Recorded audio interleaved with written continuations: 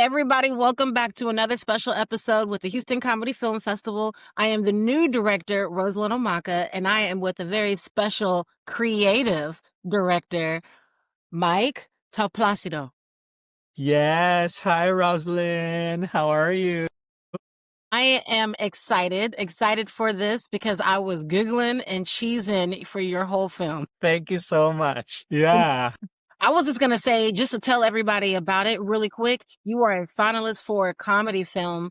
And when it comes down to your film, it's called The Manalos. And this is with a Filipino based family that moves from the Midwest to California to start a whole new life. Yes, you got it. And I was so impressed with how you pronounced the last name, the Manalos, as well. So thank you for, using the correct pronunciation as well. That's impressive. I have to. We have to respect each other's cultures because that's how, honestly, I feel like we don't give each other enough love. And one thing I respect about you is that with the comedy and in the entertainment space, you really, really bring home relatable experiences that I know with some of my friends that you incorporated. And so can you tell me a little bit more about why you even created this particular film? Wow. I mean, that's definitely the million-dollar question, right? I think for me, why did I create this particular film? There's many different reasons. I think, as a filmmaker, part of the reason why I do things is also to see how I can contribute to uplifting Filipino Americans out there by sharing stories about our lives, the different characters.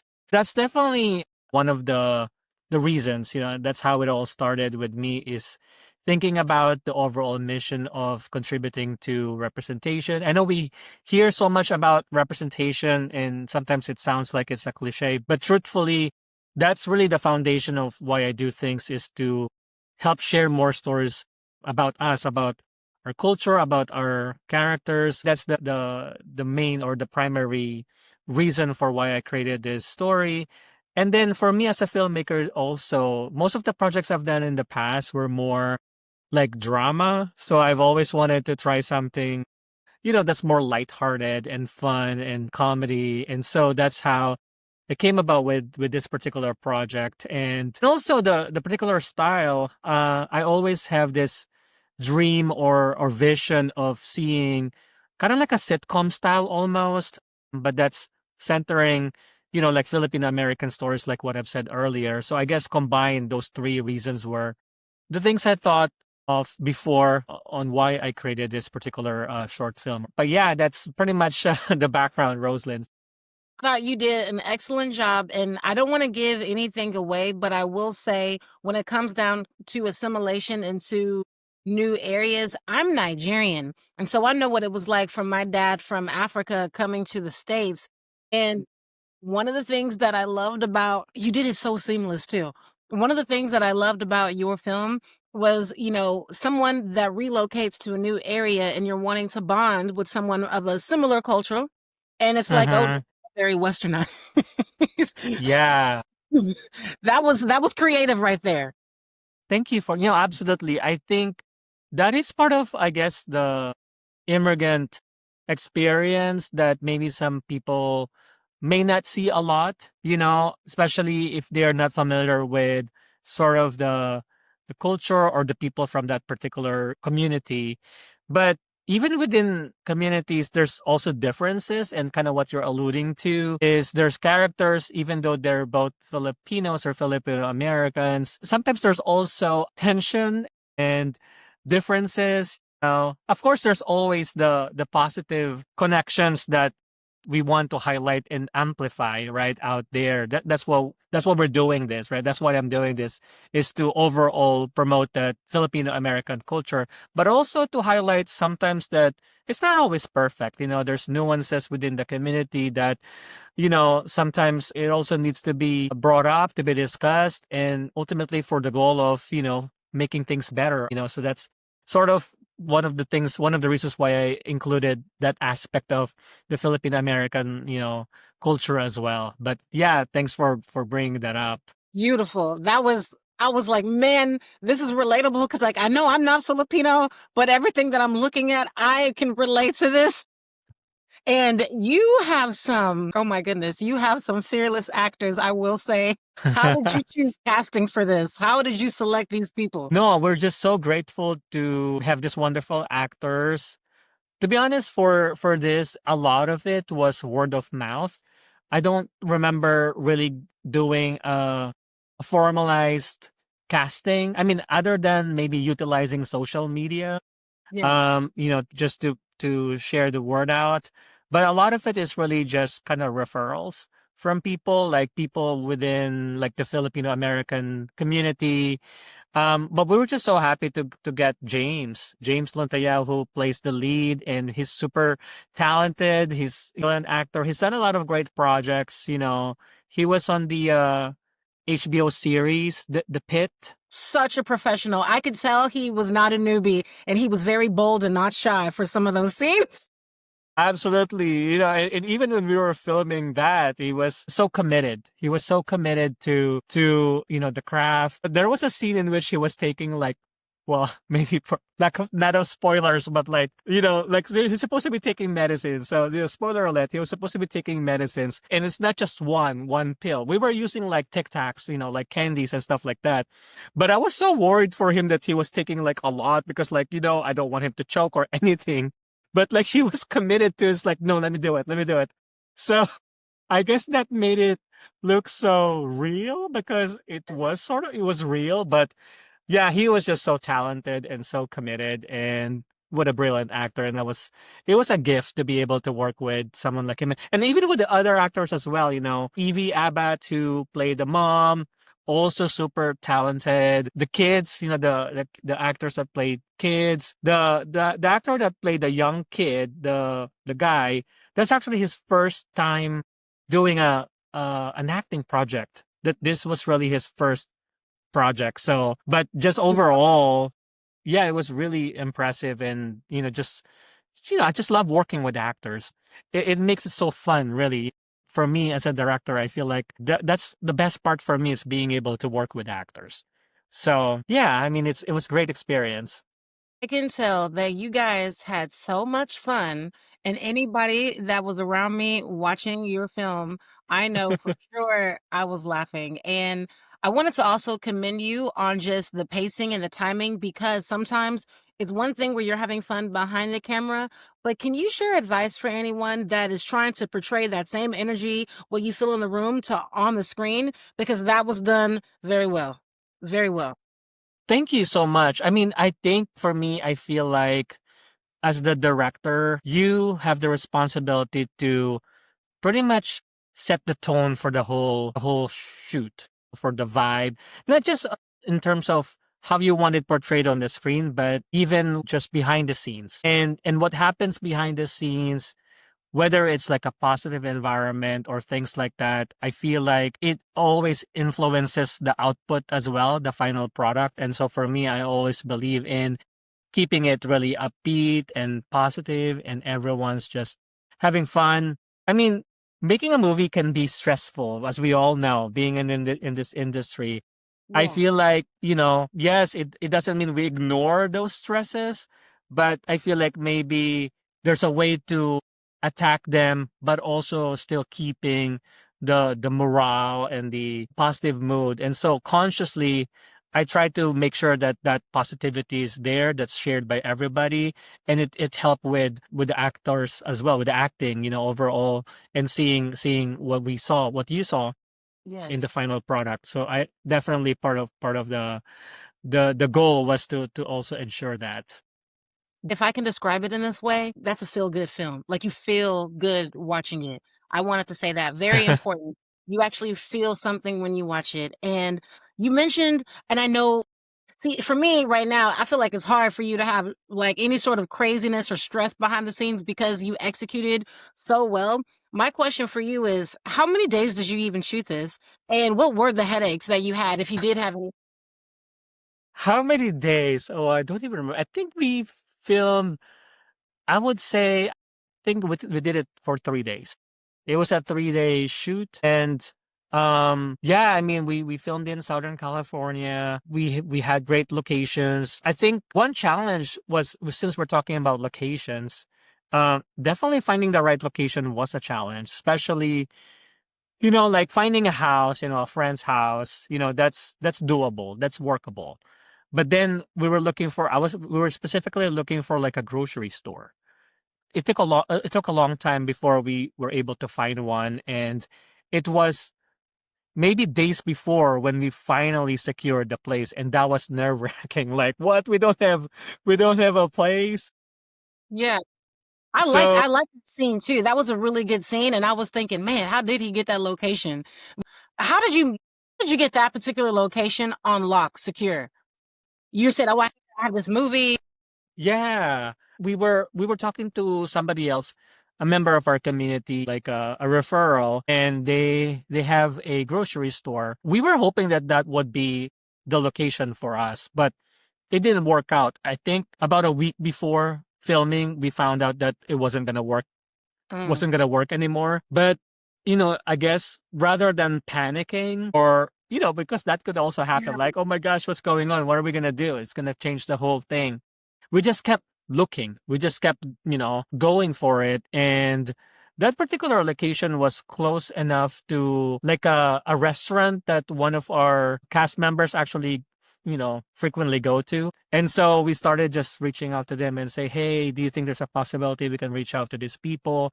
And then one of my co-producers, Mirali Menzies, who was amazing, she went there to the location herself and started talking to the owners. And this was just, I guess, like days before. Like I think we wow, filmed like Thursday or something like that. And then by Sunday, before, that's when we found out that, they were okay. You can go ahead and do it. And of course, we still had to coordinate, because there were certain times in which they are not, they're busy. They didn't close the store for us. So even when we were filming, the store was open. And so we had to go realistic, with, it realistic. was it was realistic. It was realistic, but at the same time, it was challenging, because if you have to do several takes, and then all of a sudden the person that was wearing blue, that was walking back and forth, was no longer there. And now you're gonna be like, there's continuity issues. But luckily, Yes, um we were able to mitigate that by just minimizing sort of the amount of background people that were visible. But those things, happened. We had to just figure out a solution. But yeah, I mean, I think overall, I mean, just to answer your question, challenging location for sure. Especially with just things that have changed. And then just filming it, we have to go with what we have available in terms of, schedule and availability. And overall, I'm glad it worked out. I'm glad it worked out, and because that was a critical scene, and it would be, it would not have worked without that particular location. So, yeah, that was the love story that. basically. I didn't even think about that, but you're right. You did, you again, I'm telling you, you executed so well. I didn't even think about any sort of continuity issues because I'm like, it seems so natural in it. And I'm like, that, even that scene, I pictured that could easily be on like HBO or a show like that because Oh, the coloring and everything, the pacing, yeah. he acted on that scene parts. I mean, he did great the whole thing, but he really brought it to life. I wanted to ask you, and it can be even things that you maybe cut and it wasn't on camera, what were some of your favorite moments? Favorite moments. I think the family interactions were really nice nice for me to see, and also just to work with the family. I think it was my favorite, one of my favorite moments, because it presented a different challenge. As a director, I guess, I mean, working with one actor, that's very manageable. That's doable. You have a one-on-one, you're able to convey if you have any notes, or, things like that. But if you're trying to orchestrate like a dynamic that's supposed to feel and look natural and realistic, and it's like a family, you need to be able to make sure that everyone's on board with it. So not only was I talking to James, who played the and also the mom, but also the kids. like working with the kids, that's also another challenge, especially with Gab, who is a first time actor. So I was literally trying to kind of figure out my uncle vibes. Like I'm wearing like my uncle vibes to make sure that I keep the energy up and like pretend as if this is playtime to make sure that I inspire them to actually have fun with it. And that was memorable to me. I mean, I'm an uncle myself. Um, I have a sister I have sisters, and they all have kids, and some of them are also at that same age, level. So I kind of know how to, hey, let's go and have fun and boost play them with, up. Yeah. yeah. So and to be able to see that in like a work environment, in like film, that was fun but challenging and also definitely memorable. So I would say that was it for me for this from this project. Yeah. I'm curious. So you definitely want to make this to a feature. I hope you are making this into a feature. I'm gonna be low-key upset with you if it's not. I definitely have ideas for how we can potentially expand it, whether a feature, whether additional, it could be just a web series and like a TV series. I think I'm open to exploring both options. I just, I just know the idea of really just continuing the journey for the family, and expanding it to show more stories. Like for example, the person who played the real estate buyer, there's a couple. Yes. I was thinking about like what could be a good. I want to bring her back basically because Charmy Morales was the one who played that role, and she's the one who played this. She's kind of like the Filipino version of like what we call or what we refer to as the Karen here in the U.S. Yes. I was like, I see, I don't want to give it away. I was like, what she was Right, doing, right, I right, see right. you. Yeah, but I thought it was an interesting kind of character to bring back and give more situations that could be funny, I think. So maybe there could be an arc in there, for the character to do something else or portray kind of a different persona. So those are the things that I have in mind, but yeah, I definitely have some ideas to develop it further. I can't wait to start working on it. um Curious. And also, I love that answer, by the way. There's no wrong answer, but I am curious. I feel this in my soul somewhere. Like, what else are you working on? I feel like you're working on something else.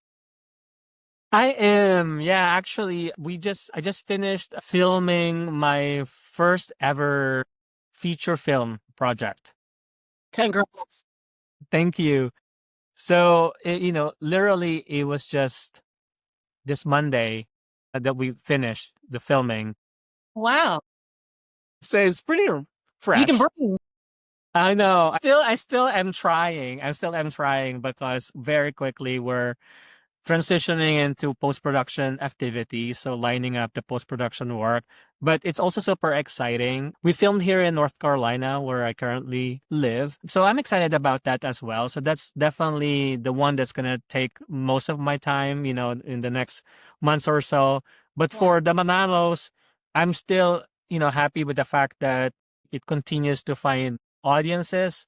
Yes. We're excited to obviously screen in Texas. So we're going to be both in Houston and also in Austin. So I'm excited for that. And just to be able to share it to more people out there, that's definitely, you know, where we are right now with this film. So, that's what's keeping me busy as well with this project. So, but it's exciting.